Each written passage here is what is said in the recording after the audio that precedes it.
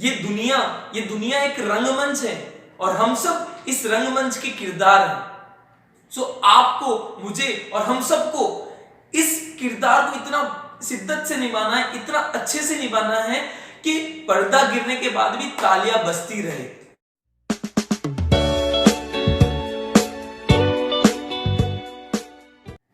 Hello दोस्तों, digital maths पे आपका स्वागत है। जैसे कि आपने देखी होगी, सक्सेस की एबीसीडी के 2 पार्ट्स मैंने अब तक बनाए हैं। दोनों पार्ट्स अगर आपने नहीं देखे हैं तो डिस्क्रिप्शन लिंक के अंदर मैंने दोनों पार्ट्स की लिंक प्रोवाइड की हुई है, तो आप उसको पहले जाके देखिए। और अब मैं आपके सामने लेके आया हूं सक्सेस की एबीसीडी का पार्ट 3।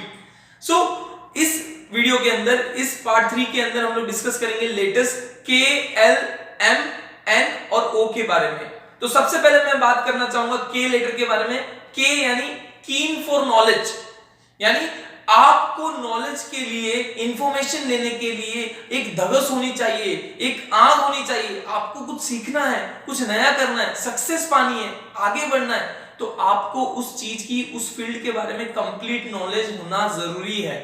आपको पता है कि हाफ नॉलेज इज डेंजरस। वो कहते हैं ना कि आधी अधूरी नॉलेज खतरनाक होती है।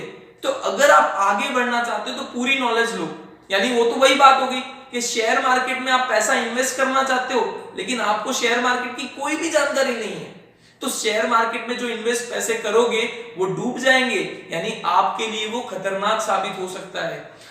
एक बार क्या होता है, एक बंदा यूट्यूब से देख के या कैसे भी देख के या बुक पढ़कर एरोप्लेन उड़ाना सीख जाता है। वो उड़ा लेता है, सब कुछ कर लेता है, लेकिन अब उसको जब लैंड करने की बारी आती है तो उसे अब पता ही नहीं कि लैंड कैसे किया जाए, तो वो उसके लिए बहुत खतरनाक साबित हुई।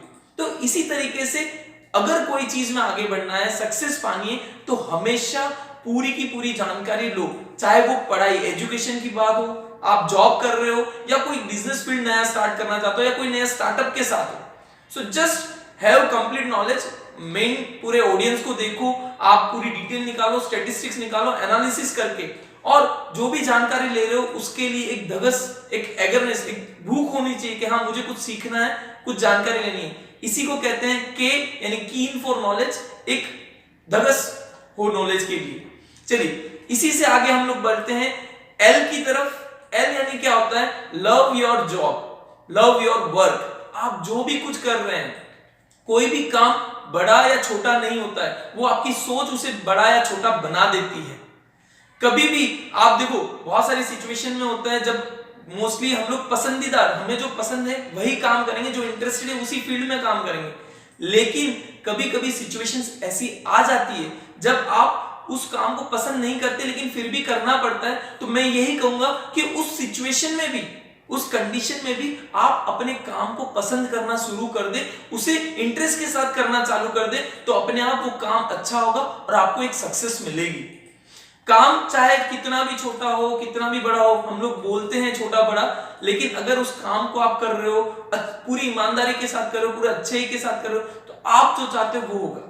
आप जो चाहते हो वो सब कुछ मिलेगा, सब कुछ पा सकते हो, लेकिन पहले तय तो करो आप चाहते क्या हो।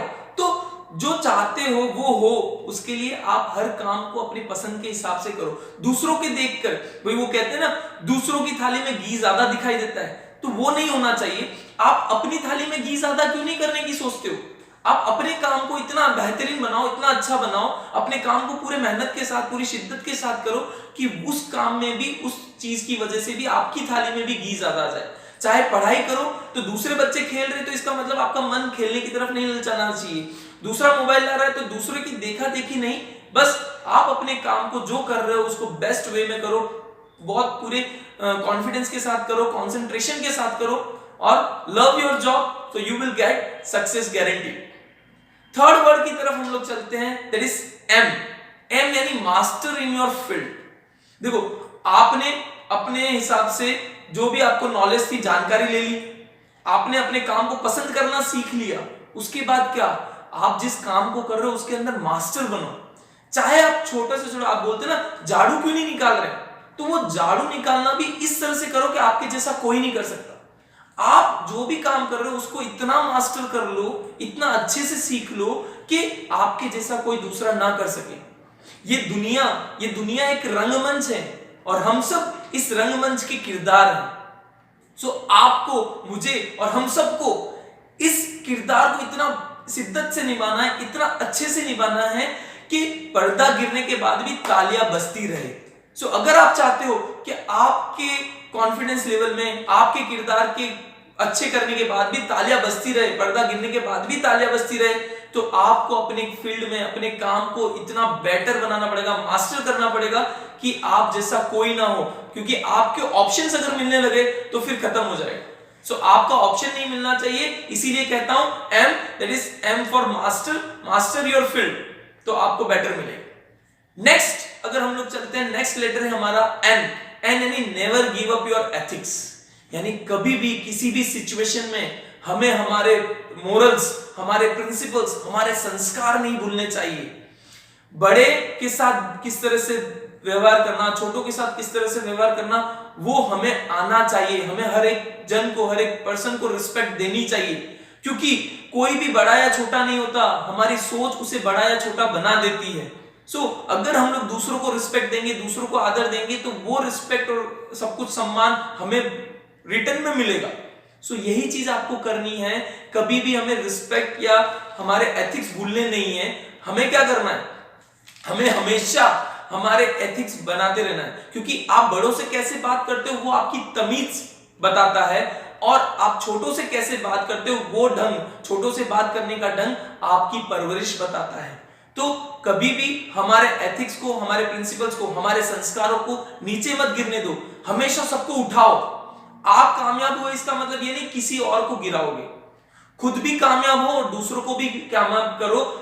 दूसरों को गिराने की बजाय हमको उनको उठाना है, उनको कामयाब बनाना है, ताकि वो हमें याद रखे, हमें उनको कुछ किया। आप मदद करने के बाद भूल जाओ, लेकिन वो जिसको आपने मदद की वो कभी नहीं भूलेगा आपको।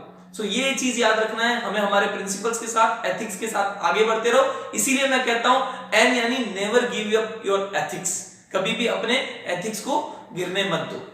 नाउ लास्ट लेटर इस वीडियो का जो है that is O, open your mind and think out of the box, यानी कुछ नया सोचने की। देखो आपने सब कुछ कर लिया, आपकी बिजनेस स्टेबिलिटी आ गई, तो हम लोग क्या सोचते हैं, चलो मैं सेटिस्फाइड हूं, मैंने बहुत पढ़ लिया, हम अब आगे क्या पढ़ना, अब कुछ नया सोच नहीं रहा है। नहीं, ये वो सोचते हैं जो हार मान लेते हैं, या फिर वो सोचते हैं कि बस सेटिस्फाई हो गया हूं, मुझे जीवन में और कुछ नहीं चाहिए। लेकिन अगर आपको आगे से आगे बढ़ना है तो अपना टारगेट एक इतना ऊंचा सेट कर लो, बहुत ऊंचा सेट करो, ताकि उस टारगेट को अचीव करने के लिए आप कुछ नया सोचते रहो। अपने दिमाग को खोलो, कुछ नया करने की सोचो, क्योंकि हम लोग नया नहीं सोचते, नया करने की वो नहीं रखते धगस, तो उसकी वजह से क्या होता है, हम जहां पे हैं वहीं पे स्टेबल हो जाते हैं। अगर स्टेबिलिटी की बात करें तो धीरूभाई अंबानी अगर मान लेते कि मैं भाई कुछ काम कर रहा हूं, बस मेरे को सेटिस्फेक्शन है, मुझे सब कुछ मिल चुका है, तो वो स्टेबिलिटी पे आ जाते और आज रिलायंस कंपनी जिस मुकाम पे है, जिस जगह पे है, वहां नहीं पहुंच पाती। सो इसीलिए टारगेट भले आपका कुछ भी हो, वो अचीव करने के बाद एक नया टारगेट आपके सामने होना चाहिए। अपने दिमाग को खुला रखो, ओपन योर माइंड, कुछ नया सोचने की करते रहो, ताकि आपका, वो बोलते ना आराम का काम हराम का है। सो हमें बस आगे से आगे सोचते रहना चाहिए, कुछ नया करना चाहिए, रुकना नहीं है, बढ़ते रहो, आगे से आगे बढ़ते रहो। दैट्स व्हाई आई से ओपन योर माइंड, आप अपने दिमाग को खोलो, think out of the box.